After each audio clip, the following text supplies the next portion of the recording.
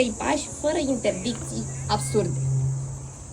Bun, eu sunt doctor Alexandra Moise, sunt medic gastroenterolog la bază, pasionat de zona de nutriție și lucrez din 2018 cu pacienți cu obezitate. După cum frumos a spus doamna profesor la prima prezentare, totul începe de la un ficat normal, la care se adaugă grăsime și ajungem la stadiul de steatoză hepatică. Dacă apare inflamație, ajungem la stadiul de steatohepatită și, în final, din păcate, ajungem la o boală hepatică avansată, care se numește ciroză. Cam 25-50% din pacienții cu steatohepatită, adică steatoză plus inflamație, pot ajunge în stadiul de ciroză în următorii 10 ani. Bun, stadiul de steatoză hepatică în prim plan. Aici ar trebui să facem intervenția nutrițională. Bine, noi trebuie să mâncăm bine de-a lungul timpului, da? Oricând, în orice zi din viața noastră, dar dacă ar fi un semnal de alarmă, aici aș începe, în stadiul de steatoză hepatică. Bun, v-am promis un ghid simplu în 3 pași, da? Pasul 1 este organizarea zilei. O să vreau să vorbesc despre lucruri practice și sustenabile pe care le putem include în viața noastră și în rutina noastră de zi cu zi. În primul rând, ce recomandă ghidurile? Ghidurile recomandă 3 mese. Ultimele ghiduri adaptate recomandă 3 mese clare, fără gustări, da? Mic dejun, prânz, cină la niște ore convenabile în concordanță cu ritmul nostru circadian. Micul dejun, după cum vedem pe slide, sper să se vadă că lumina este cam puternică, până în ora 10, prânzul până în ora 2-3 și cina până în ora 19-20. E acea vorbă care spune, micul dejun, îl mănânc singur la prânz, îl împart cu un prieten și cina o cam dau la alții. De aici și concluzia că cina va fi cea mai săracă masa a zilei. Sfat important, nu ciugulim în 3 mese. Încercăm să ne organizăm ziua în 3 mese clare. Modul de gătire contează. Acum au apărut o felul de aparate care ne ajută mult pe partea asta de gătit. Fierbere, gătit la abur, la air fryer, dar cel mai important este să nu prăjești. Băuturi permise. Pot să vă spun de la început că interdicția în momentul când îți dorești să slăbești este fără alcool. Băuturi permise, apă plată, apă minerală, ceai neîndulcit și cafea, da? Și cafeaua se poate bea chiar în studiile noastre de gastroenterologie. Este citat că mai mult de 3 cafele pe zi, da? O cafea calitativă, nu cu lapte, nu cu sirop, nu o ridicăm la rangul de desert, mă apără de boli hepatice avansate, așa că vă invit să beți cafea. Grăsimile au un rol important, dar grăsimile sănătoase, da? Și aici vorbim de semințe de avocado, nuci, migdale, pește, dar în cantitatea potrivită. Adică la o salată am voie să pun o linguriță și aici subliniez, vreau să cuantificăm ideea de linguriță și să nu mă apuc eu să pun în salată cu sticla de ulei de măsline. Știu că arată bine, știu că în Grecia așa se face, dar aș vrea să cuantificăm dacă eu îmi doresc să slăbesc. Ăsta este un punct important. Bun, mi-am organizat ziua, dar acum întrebarea este ce mănânc, cum mănânc pentru un ficat sănătos.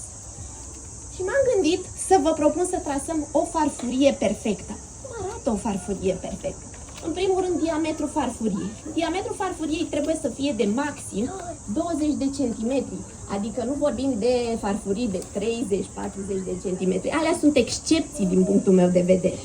Întotdeauna jumătate din farfurie vreau să fie colorată. Am nevoie de culoare, am nevoie de legume pentru a aduce fibre, vitamine, minerale organismului meu și a adăuga volum. Într-un proces de slăbit, pacienții au stomacul dilatat și volumul contează. Mesele cu volum ne ajută atât la nivel de sațietate gastrică, cât și la nivel de mindset. Și aici doamna psiholog poate să ne spună mai mult. Nu? În altă ordine de idei, avem 25% din farfuria noastră parte de carbohidrat. Carbohidratul prin metabolizare, și aici aș vrea să îmi va da energie. Nu vreau să demolizăm carbohidrații. Carbohidrații calitativ nu sunt bau situației și puși la ora potrivită, în cantitatea potrivită, fac minuni și vor face diferența în procesul nostru de slăbit. Și nu în ultimul rând, 25% din farfuria mea mi-aș dori să fie proteină. O proteină de calitate Și aici mă refer la orice fel de friptură, bineînțeles, acum trebuie și personalizat, să nu vorbim de pacient cu acid uric sau cu alte probleme, da? De sănătate, dar aici mă refer la lapte, carne, brânză, ou. Da? Important e să am o proteină calitativă, fără dunga de grăsime și cel mai important să fie gătită într-un mod corespunzător. Bun, cam așa arată farfuria perfectă. Important, ca să rămânem cu o idee după acest slide, este să prioritizăm proteinele, să adăugăm fibre și legume, pentru că asta este combinația cea mai bună. Pasul 3. Mi-am organizat ziua. Încerc să mă hidratez mai bine și chiar după sesiunile de mișcare vreau să vă încurajez să vă hidratați cât mai bine. Trebuie să punem în practică ceea ce spune doctorul meu. Toți știm, practica o știm, dar din păcate nu o punem în viețile noastre. E ușor de zis, dar greu de făcut. De aceea, mesajul meu de astăzi și mesajul nostru ca și medici de astăzi este de a pune în practică. În momentul când îmi propun, sigur voi reuși, da? Nu vreau să mai spunem de mâine. Deci dacă astăzi ați învățat o mică modificare pe care o duceți mai departe și o integrați chiar de acum în viața dumneavoastră, eu spun că acest eveniment și-a atins scopul și am învățat ceva pacienții cu boli hepatice și nu numai, pacienții cu obezitate, la care chiar putem face o schimbare din momentul în care le expunem ceea ce ar trebui să facă și îi susținem cu un follow-up activ. Bun.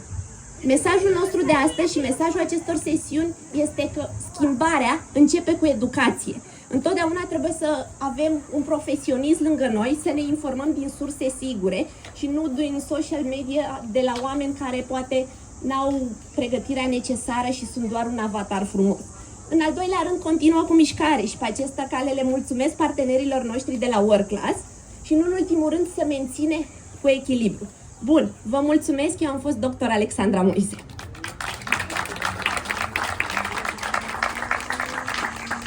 Dacă sunt întrebări?